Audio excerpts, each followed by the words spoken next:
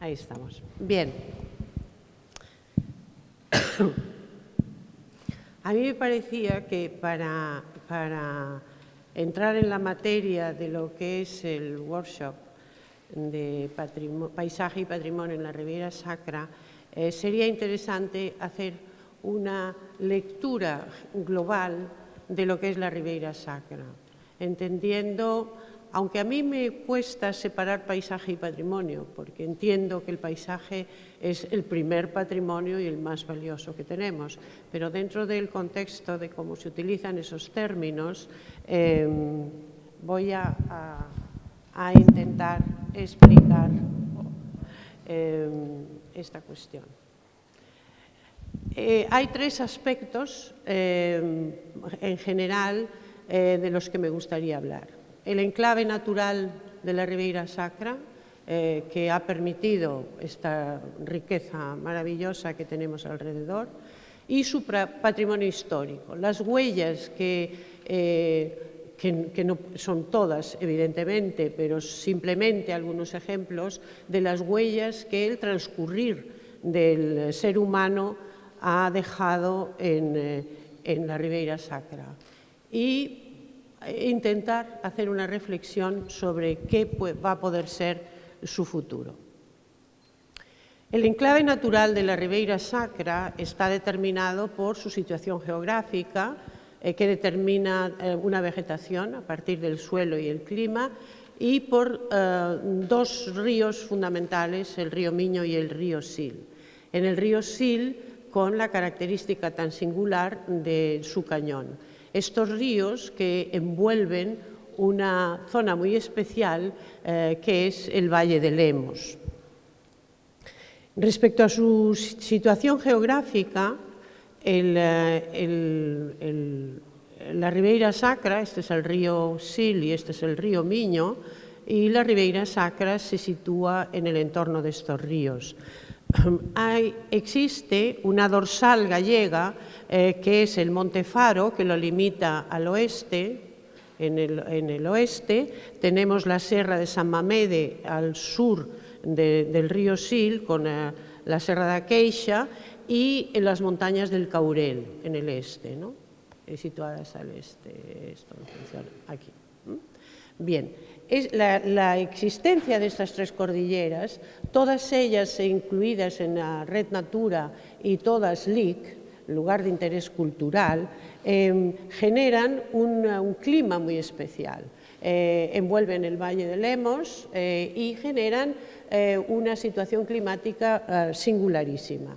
Por otro lado, las características del suelo, suelos graníticos y pizarrosos y suelos ricos en oro. Hoy le contaba a Gilles Clément por qué había tantas huellas de los romanos. Todos sabemos la riqueza del río Sil, ourense, la palabra ourense deriva de ouro, y la presencia de oro en muchos de los ríos, incluso de la Sierra del Caurel.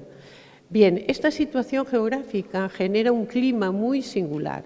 Según los estudios realizados por el Instituto Geográfico, si en Pontevedra caen 2.500 litros de agua al año por centímetro, por metro, no sé cómo lo miden, en la Ribeira Sacra caen 800. O sea, la lluvia, el régimen lluvioso es totalmente diferente. Pero con la presencia de esas montañas que están nevadas en invierno y que alimentan la cantidad de ríos que lo cruzan, la humedad es tremenda. Por otro lado, eso da lugar a una vegetación muy especial. Tiene una vegetación tanto atlántica como continental, porque los veranos son muy calurosos y eso genera unas características vegetales increíbles. Hay que tener en cuenta que en la Ribeira Sacra tenemos desde castaños hasta madroños, tenemos encinas, alcornoques, jara y helechos. O sea, es una riqueza realmente espectacular. Otra condición muy importante que genera este clima es la dirección que sigue el Sil. El Sil es un río que tiene dirección este-oeste. Por tanto, en el cañón hay una orilla del río que está siempre orientada al sur y otra orientada al norte. Entonces, la orilla que está orientada al sur tiene clima continental, la orilla que está orientada al norte tiene clima atlántico. Esto, paisajísticamente, es de una riqueza absolutamente espectacular. Estas zonas han sido declaradas LIC y están dentro de la Red Natura, pero también el patrimonio que tiene la Ribeira Sacra ha dado lugar a que hay un movimiento ciudadano que pretende que se declare Patrimonio de la Humanidad a la Ribeira Sacra. Entre estos dos ríos y en el cañón se sitúa el Valle de Lemos. El Valle de Lemos, con su centro habitacional de Monforte de Lemos, es un lugar muy singular, que tiene una historia muy, muy especial. Y eso nos va a llevar a las huellas que aparecen. Este es un esquema de esa situación, en donde se ve los dos ríos, se ven las montañas y el Valle de Lemos. Yo no lo puedo señalar porque esto no funciona, pero es igual. La Ribeira Sacra está formada por varios ayuntamientos que tienen características similares en cuanto a su riqueza vegetal.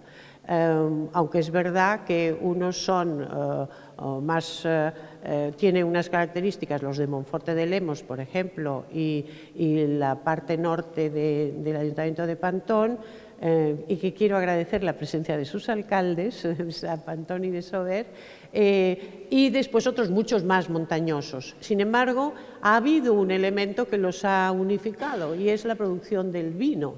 La denominación de origen Ribeira Sacra está determinando los límites de la Ribeira Sacra, que siempre han partido de una discusión comarcal, pero actualmente están definidos en ese sentido. Esta es una visión de la Sierra del Caurel al fondo y el Valle de Lemos. Si se fijan aquí, aparece Monforte de Lemos, ¿no? Bien, pues este enorme valle es el que está delimitado por el Caurel, el Monte Faro y al sur el río Sil. La vegetación, este es un monte que hay aquí al lado, saliendo hacia Castro Calderas, que a mí me impresiona porque me recuerda a esos montes japoneses que en Japón son sagrados. Japón es un horror, está todo construido, las ciudades tienen, pues yo sé, 16, 18 millones de habitantes, es un espanto, ¿no? Todo, pero las montañas son una maravilla, son así, no hay nada, porque tienen la suerte de que para su religión los árboles son sagrados, entonces protegen las montañas. Pues a mí esta zona de la Ribeira Sacra me recuerda esa sensación de la sacralidad de la montaña, ¿no? Esas montañas que tienen esta riqueza fantástica de los castaños, estos castaños desmochados con una antigüedad enorme, este que nos habla el alcalde, que está catalogado, pero hay otros muchos que no están catalogados y que tienen, la verdad, unas características muy especiales. En otoño les recomiendo que se acerquen a esta zona porque las hojas amarillas, pero amarillo rabioso del castaño, es como si hubiese focos iluminando toda la Ribeira Sacra. Es una luz. Ahora, en cambio, uno se mete por zonas de carretera y las luces automáticas se encienden, aunque sea pleno día. Pues en invierno, en otoño, cuando es amarillo, es impresionante la luminosidad. Castaños centenarios que vigilan el cañón y los viñedos, como esta reliquia ancestral de este castaño, que a mí, la verdad, me emociona siempre el verlo. Con esos tapices de hojas que cubren el suelo de los sotos de castaños y con el ejemplo fantástico de un hecho que se produjo en este ayuntamiento, gracias al alcalde que habrán conocido hoy, en el que se emperró en que la castaña tenía que ser algo muy importante y que tenía que recuperar la economía de la zona, convocó a los mejores cocineros de España, consiguió que vinieron, conocieron la Ribeira Sacra, cada uno de ellos hizo una receta de castañas, pero los mejores de los mejores. Las estrellas Michelin han estado todas aquí y consiguió la publicación de este libro. Bueno, yo le di un empujoncito para que lo financiase la Xunta, y este libro se presentó en París en el concurso internacional de ediciones y se llevó el premio mundial a la mejor portada. Además, a más y más. O sea, un ayuntamiento de 700 habitantes hace estas cosas cuando hay un alcalde como Dios manda. La vegetación pasa de la castaña al helecho. Esta fotografía es del cauce de aquí, del río Mau. Entonces, esto es una pincelada de la riqueza de lo que se van a encontrar los que no lo conocen, ¿no? Lo que es la riqueza en la Ribeira Sacra. El río Miño, que es otra belleza, no tiene la espectacularidad del Cañón del Sil, pero realmente es también digno de verse y de recorrerse. Y esto es una imagen del cañón. Yo tuve la suerte, invitada por el alcalde, de recorrerlo en helicóptero y les juro que es una experiencia que no se me olvidará jamás, ¿no? No es el Cañón del Colorado, evidentemente, es escala europea, porque a mí me preguntaban, ¿eso cómo es? Escala europea, pero maravilloso. Bueno, el patrimonio histórico y las huellas de la Ribeira Sacra. La vida castreña en toda Galicia está presente, la vida de los castros y las huellas de esa permanencia. Castros que los romanos reutilizaron y que después llevaron a las poblaciones a los valles. Los castros siempre están en alto y llevaron posteriormente en la vida al valle. Pero antes y en este momento se están haciendo excavaciones arqueológicas que demuestran que esta zona, lo cual era evidente para cualquiera que tuviese medio dedo de sentido común, que esta zona tuvo que estar habitada desde los principios de los principios, porque con la riqueza que tiene de agua y de vegetación no podía ser de otra manera. Los romanos bajan las poblaciones a los valles y posteriormente, aunque la invasión musulmana en Galicia prácticamente no tiene repercusión, sí que la tiene indirectamente, porque todos los eremitas que estaban asentados en el sur o en el centro de España suben a Galicia y se instalan por la Ribeira Sacra. Eso va a dar lugar a una vida monacal que ha generado una riqueza patrimonial en la Ribeira Sacra única. Es donde existe la concentración mayor de iglesias románicas y de monasterios en toda Europa y, por tanto, en el mundo mundial. Por otro lado, hay otra época histórica interesantísima en la Ribeira Sacra, que es la presencia de los condes de Lemos. Los condes de Lemos, sobre todo el séptimo conde de Lemos, es un personaje singularísimo. El título de conde no era hereditario, era un nombramiento de la monarquía que era como ser gobernador. Cuando los condes de Lemos y los títulos nobiliarios pasan a ser hereditarios, los condes de Lemos siguen asentados en esta zona. El séptimo conde, que es el más interesante, fueron los condes de Lemos, virreyes de Nápoles, virreyes de Sicilia. Eran personas de una cultura extraordinaria. Como ejemplos singulares de este señor, tengan en cuenta que su secretario era Lope de Vega. Tengan en cuenta que el Quijote, Cervantes, tuvo como único mecenas al conde de Lemos y le dedica la segunda parte del Quijote y le dedica algunas de las novelas ejemplares. Tengan en cuenta que Góngora era el poeta de corte del conde de Lemos. Si uno va a Nápoles se da cuenta de la importancia que tuvo este conde en su día en Nápoles y, por supuesto, aquí en el Valle de Lemos, porque el Palacio Real de Nápoles, porque los hospitales, porque los conventos, porque las grandes obras de infraestructuras, siempre el conde de Lemos, el conde de Lemos, el conde de Lemos, ¿no? Personaje histórico que tenemos aquí y que deberíamos poner en valor. Bien, pero no solo él, su hermano, el cardenal de Castro, construye el monasterio de Santa María, no sé cómo se llama, tiene un nombre así extraño, Santa María la Antigua, Nuestra Señora la Antigua, exacto, Nuestra Señora la Antigua, y que es el foco de la universidad, junto con Fonseca, de la Universidad de Galicia. Es un monasterio espectacular, si tienen ocasión deberían de visitarlo, y que se va a generar la enseñanza porque será Real Estudio de Seminarios hasta 1773 y es el germen de la universidad en Galicia.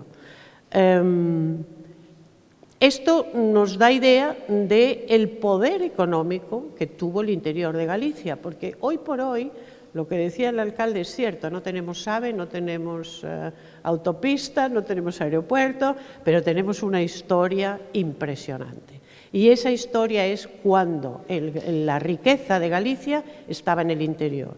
Y de eso son reflejo lo que es el mundo agrícola. El mundo agrícola era de una potencia enorme, la población era altísima y la producción agrícola era fantástica.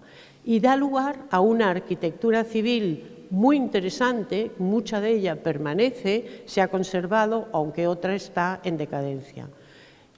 A finales del XIX, principios del XX, cuando decae la producción agrícola, aunque no son hechos rápidos, son evoluciones lentas, entra en esta zona en juego un elemento importantísimo, que es la energía eléctrica. La energía eléctrica que va a construir todos los embalses. De hecho, hoy en día el río Miño y el río Sil no son ríos, son un embalse detrás de otro, que generó una riqueza enorme a la hora de la construcción y que ahora con los cánones eléctricos también está siendo potenciada y que ha dejado elementos como este edificio que son un patrimonio que tenemos que conservar. Y después veremos lo que es la realidad actual. Esta imagen es de la Acrópolis de Monforte de Lemos.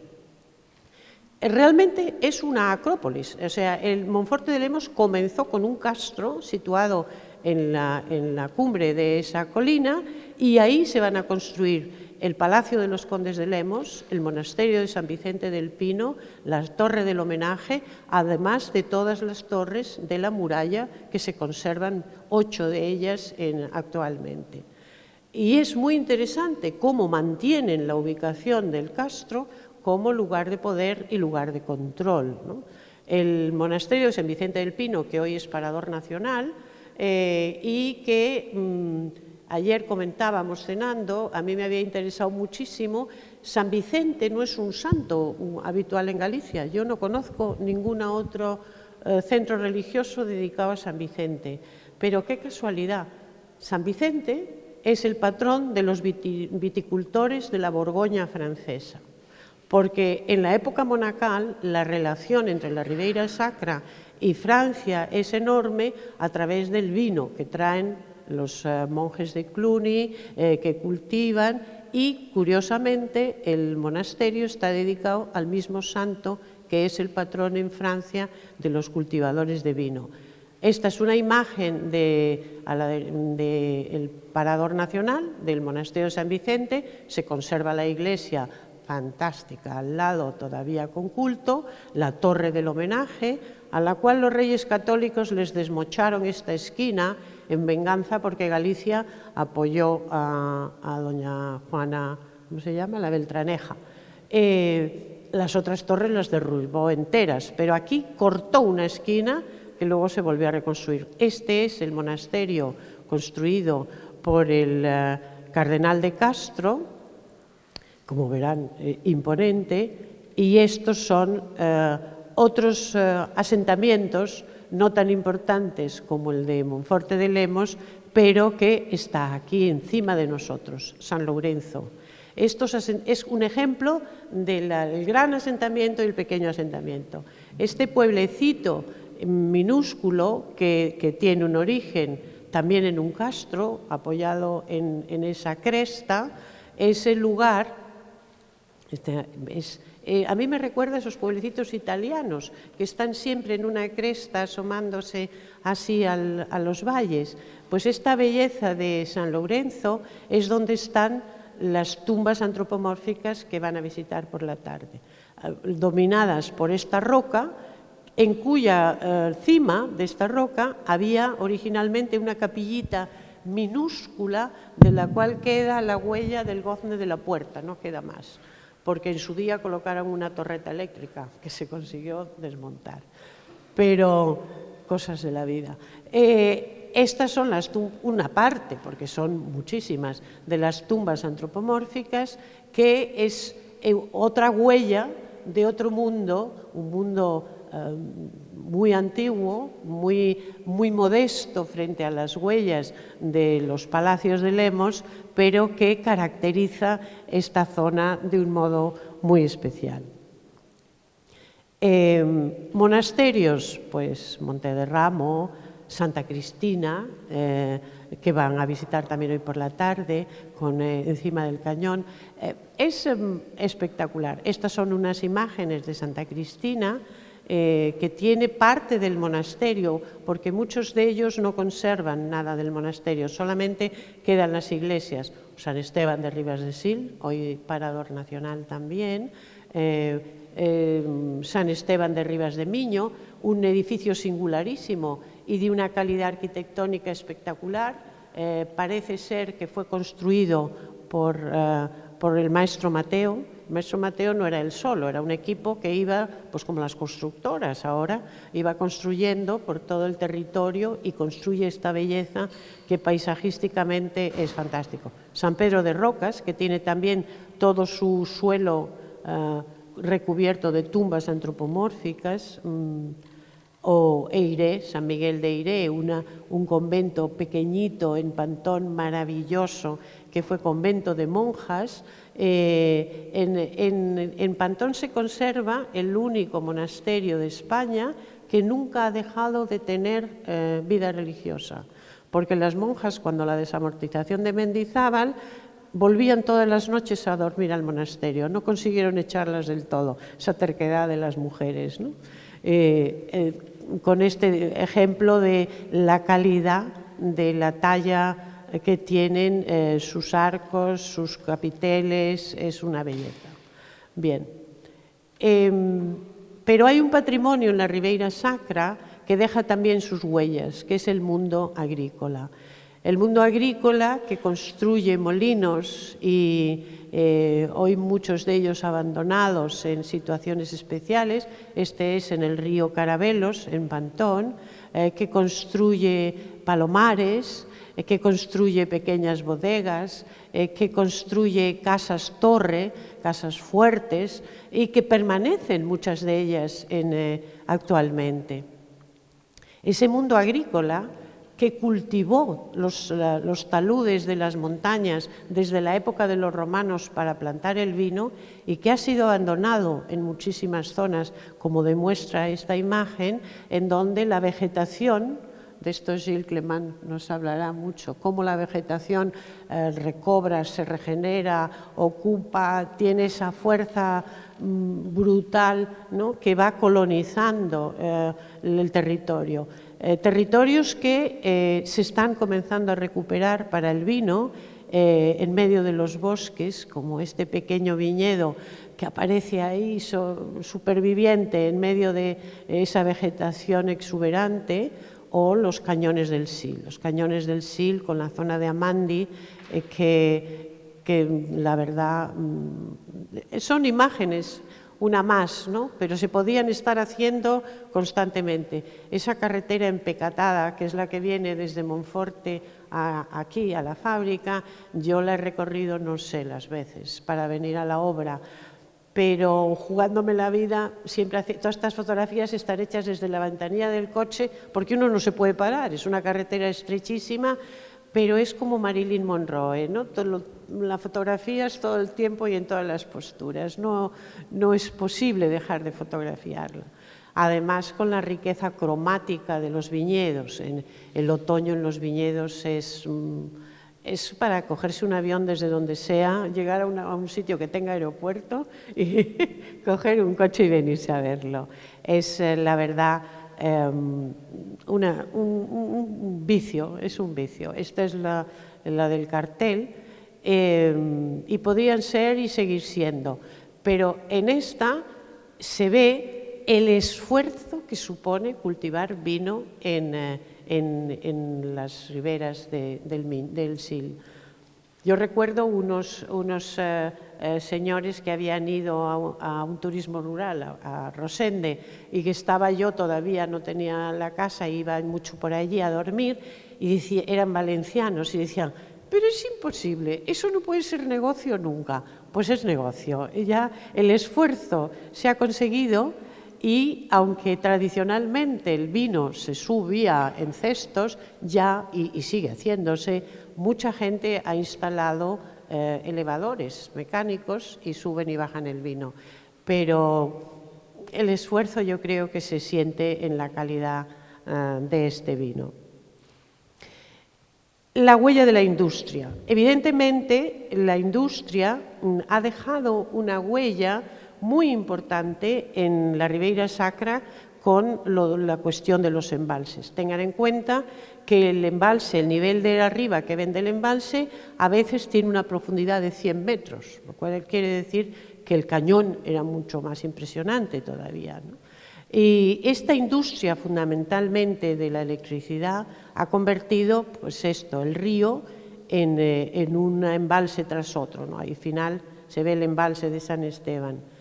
Pero es que también esos embalses, esas presas, son como los castillos medievales. O sea, yo me imagino el impacto que fue construir la Torre del Homenaje encima del Castro de Monforte.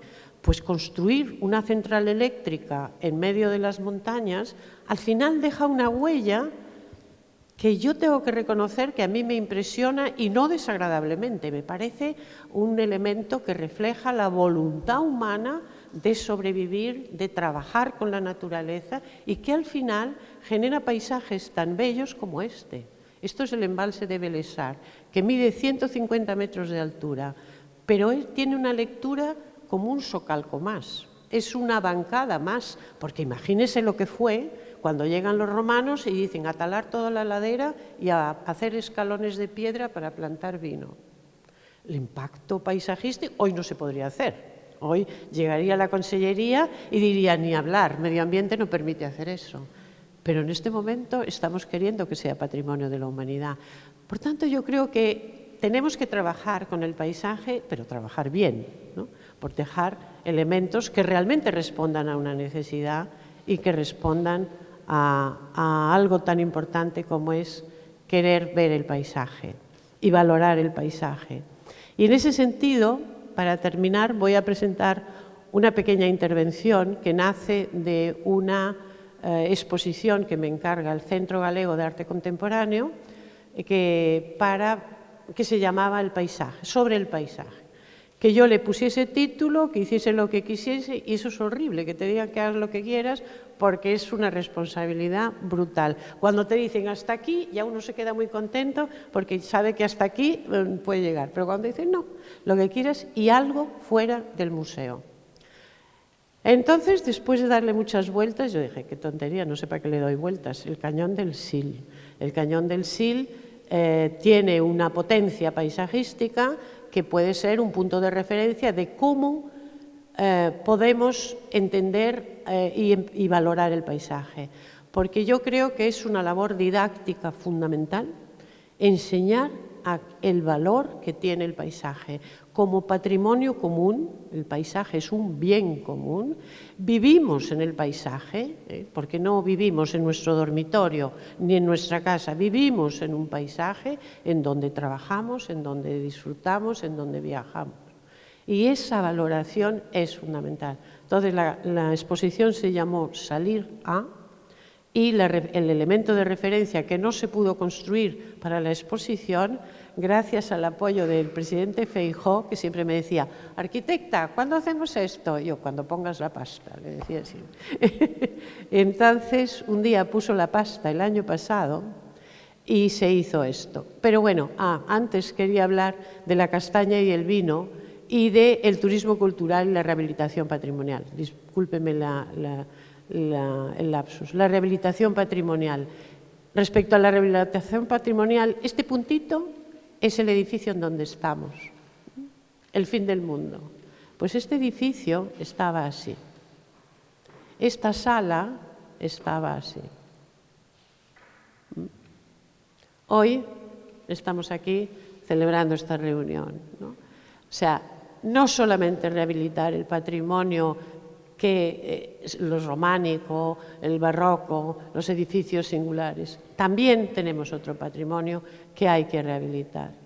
Este es el sendero de Valsacova, este es el río. Recuperar esos valores es fundamental. Su futuro, la valoración del paisaje.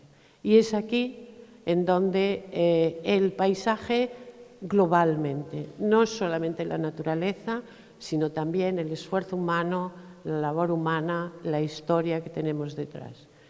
Para llegar a este mirador, que es el que de la exposición que yo propuse en el Cañón del Sil, el camino pequeñito que recorre, es una intervención muy pequeña, que lo recorre, recupera con las rocas de alrededor, les sirven de marco para acercarnos a este mirador.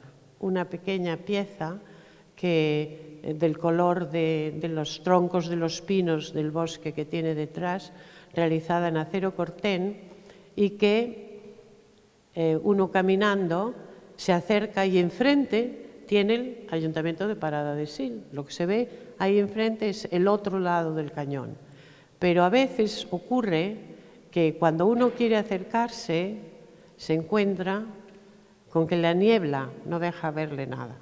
Entonces tiene que soñar el paisaje, que a mí me parece que es una manera muy importante, porque nosotros asociamos nuestra vida, nuestra infancia, nuestros hechos felices, siempre en un paisaje determinado.